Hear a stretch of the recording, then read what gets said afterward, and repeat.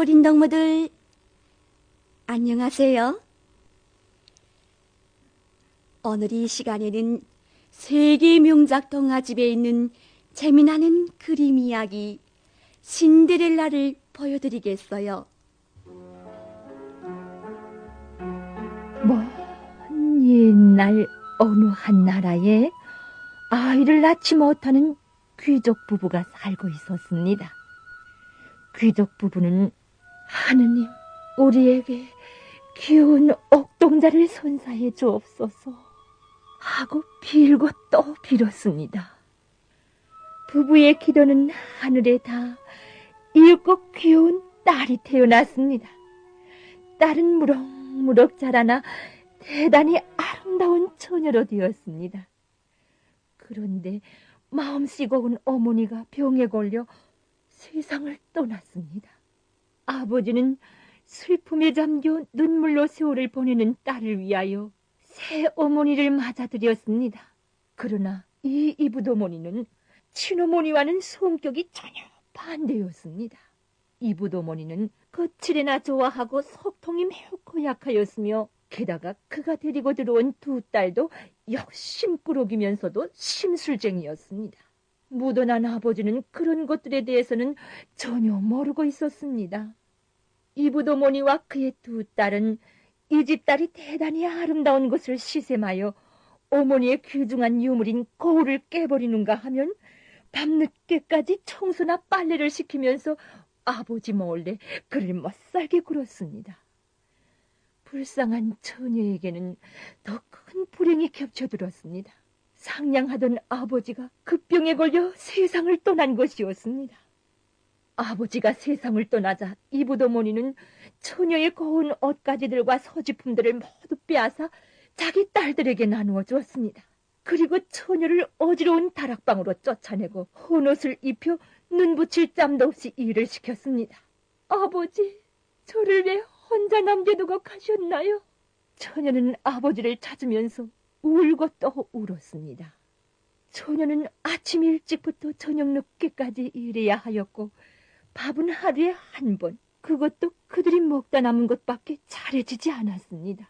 심보 사나운 이붓어머니와 그의 딸들은 처녀가 항상 부뚜막 청소를 하여 온통 채를 뒤집어 쓰고 있었기 때문에 그를 신데렐라라고 불렀습니다. 신데렐라라는 것은 재투성이 처녀라는 뜻입니다. 어느 날 이 나라의 왕자가 궁전에서 무도회를 열기로 하였습니다.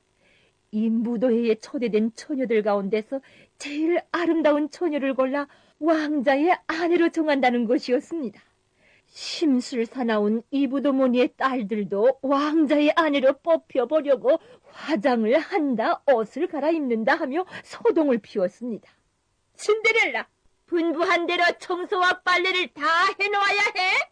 차비를 끊는 이붓어머니와 그의 딸들은 이 말을 남겨놓고는 궁전에서 열리는 무도회에 떠나가 버렸습니다.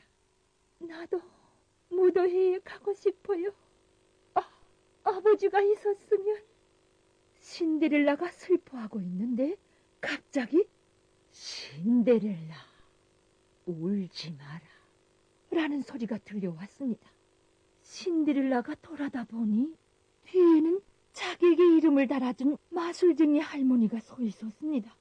가엾은 신데렐라, 내가 말하는 대로 하거라. 그러면 궁전에서 열리는 무도회에 갈 수 있다. 고마워요, 할머니. 우선 밭에서 호박을 한 개 따오고 그 다음 생쥐와 도마뱀을 잡아오너라. 신데렐라가 그 모든 것을 가지고 오자 마술쟁이 할머니는 마술지팽이를 한번 휘둘렀습니다. 그러자 신비한 현상이 일어났습니다. 호박이 마차로, 생쥐는 말로, 도마뱀은 마부로 변하였습니다. 그 다음 또 한 번 마술지팽이를 휘두르자 신데렐라는 멋진 옷을 입은 처녀로 변하였습니다. 어쩐지 꿈을 꾸는 것 같아요. 신데렐라가 황홀해서 말하였습니다. 이런, 내가 깜빡 잊어버릴 뻔했군. 아름다운 공주님에게 해진 신발은 어울리지 않아. 라고 말하며 마술쟁이 할머니가 마지막으로 마술지팽이를 휘두르니 신발은 아름다운 유리구두로 변하였습니다. 자, 신어봐라. 아, 멋있네. 꼭 맞아요. 할머니, 고마워요. 자, 어서 떠나거라. 무더회에서 행운이 차려지기를 바란다. 할머니, 다녀오겠습니다. 신데렐라가 마차에 오르자 할머니는 황급히 말하였습니다. 아니, 이런 정신 봤나. 중요한 걸 놓칠 뻔했구나. 신데렐라, 12시가 지나면 마술이 풀려 모든 것이 본래의 상태로 되돌아간다. 그러니 그 전에 꼭 돌아와야 한다. 신데렐라를 태운 호박마차가 조용히 궁전에 와 닿았습니다. 그가 넓은 홀에 안내되어 들어오자 아름다운 신데렐라에게 모든 시선들이 집중되었습니다. 이 공주야말로 왕자님의 배필로 될 수 있는 적임자입니다. 시종이 들어와 알리자 왕자는 웃으며 마중 나와 신데렐라의 손을 잡았습니다. 왕자와 손을 잡고 왈주곡에 맞추어 춤을 추는 신데렐라는 행복에 넘쳐 있었습니다. 공주가 얼마나 아름답습니까? 어느 나라 공주입니까? 황홀하게 바라보는 주위 사람들이 소곤소곤거렸습니다. 자연히 일어난 축복의 박수갈채 속에 이브도모니와 그의 딸들의 분통해하는 얼굴이 보였습니다. 신데렐라는 왕자와 함께 춤을 추면서 행복에 취해 시간이 가는 것도 잊고 있었습니다. 그때 12시를 알리는 종소리가 땡, 땡 하고 울리기 시작하였습니다. 신데렐라는 정신이 번쩍 들었습니다. 할머니의 말이 떠올랐던 것입니다. 빨리 돌아가지 않으면 큰일 나겠구나. 신데렐라가 갑자기 춤을 멈추자 왕자는 놀랐습니다. 왕자님, 미안합니다. 저는 빨리 돌아가야 합니다. 안녕히 계십시오.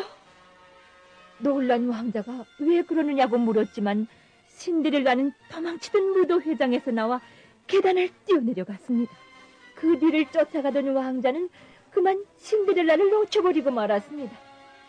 그 대신 계단에 벗겨진 그의 유리구두 한 짝을 줍게 되었습니다. 왕자는 유리구두를 꼭 움켜쥐고 중얼거렸습니다. 이 공주야말로 내가 찾고 찾던 나의 배필이다. 반드시 찾아내어 나의 아내로 만들 테다. 한편 신데렐라는 마차를 타고 서둘러 궁전 문 밖으로 빠져나왔습니다. 바로 그때 마지막 12번째 정소리가 울렸습니다. 그러자 모든 것이 순식간에 본래의 상태로 되돌아갔습니다. 왕자는 유리구두를 유심히 보면서 잊을 수 없는 신데렐라 공주를 계속 생각하였습니다. 그 공주를 어떻게 해서라도 찾아내어 아내로 맞이하겠다. 라고 결심한 왕자는 하인들에게 명령하였습니다. 온 나라의 처녀들에게 이 구두를 신겨보고 꼭 맞는 처녀를 찾아내어 데려오라. 하인들은 구두 주인을 찾기 위해 온 나라를 돌아다녔습니다. 그러나 유리구두가 꼭 맞는 처녀는 한 명도 없었습니다. 그리하여 하인들은 마지막으로 신데렐라의 집에 왔습니다. 이브도모니는 어떻게 해서라도 자기의 딸들에게 구두를 신기려고 하였습니다. 그러나 유리구두는 도저히 작아서 아무리 힘껏 발을 들이밀어도 들어가지 않았습니다. 여기가 마지막 집인데. 하인들은 실망하였으나 단념할 수가 없었습니다. 집에 혹시 처녀가 또 없습니까? 물론 얘들밖에는 없습니다. 심술궂은 이브도모니가 그렇게 말하는 찰나에 신데렐라가 들어섰습니다. 그 유리구두는 제 것이에요.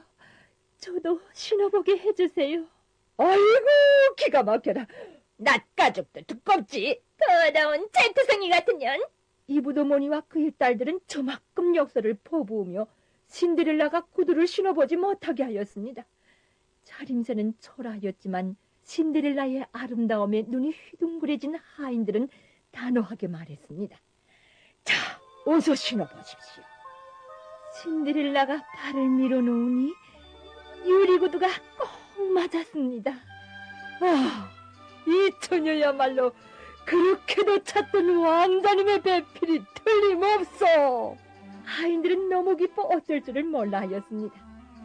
신데렐라는 가지고 있던 다른 쪽 유리구두를 보여주었습니다. 이브도모니와 그의 딸들은 미친 듯이 소리쳤습니다. 바로 그때 마술쟁이 할머니가 나타나 마술지팽이를 휘두르니 신데렐라는 아름다운 공주로 변하였습니다. 할머니는 자, 어서 가거라. 신데렐라, 이 마술은 행복의 마술이어서 12시가 지나도 없어지지 않는다. 어서 가서 행복을 누려라. 라고 말하였습니다. 궁전에 도착하자 왕자는 신데렐라에게 청혼하였습니다. 세상에서 제일 아름다운 신데렐라 공주, 나의 아내가 되어줘. 이렇게 되어 신데렐라는 왕자와 결혼하고 오래오래 행복하게 살았습니다. 신데렐라, 제투성이 처녀.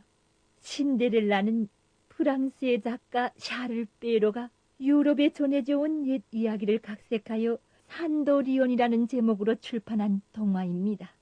베로는 왕궁에서 일하였기 때문에 왕궁의 무도회와 왕자의 사랑담에 대하여 구체적으로 아는 사람이었습니다. 그림 형제도 신데렐라의 제목으로 같은 내용의 이야기를 소개해 왔지만 내용에서는 많은 차이가 있습니다. 어린 덕무들 모두 잘 보았죠? 그럼 다음 시간을 또 기다려주세요. 안녕히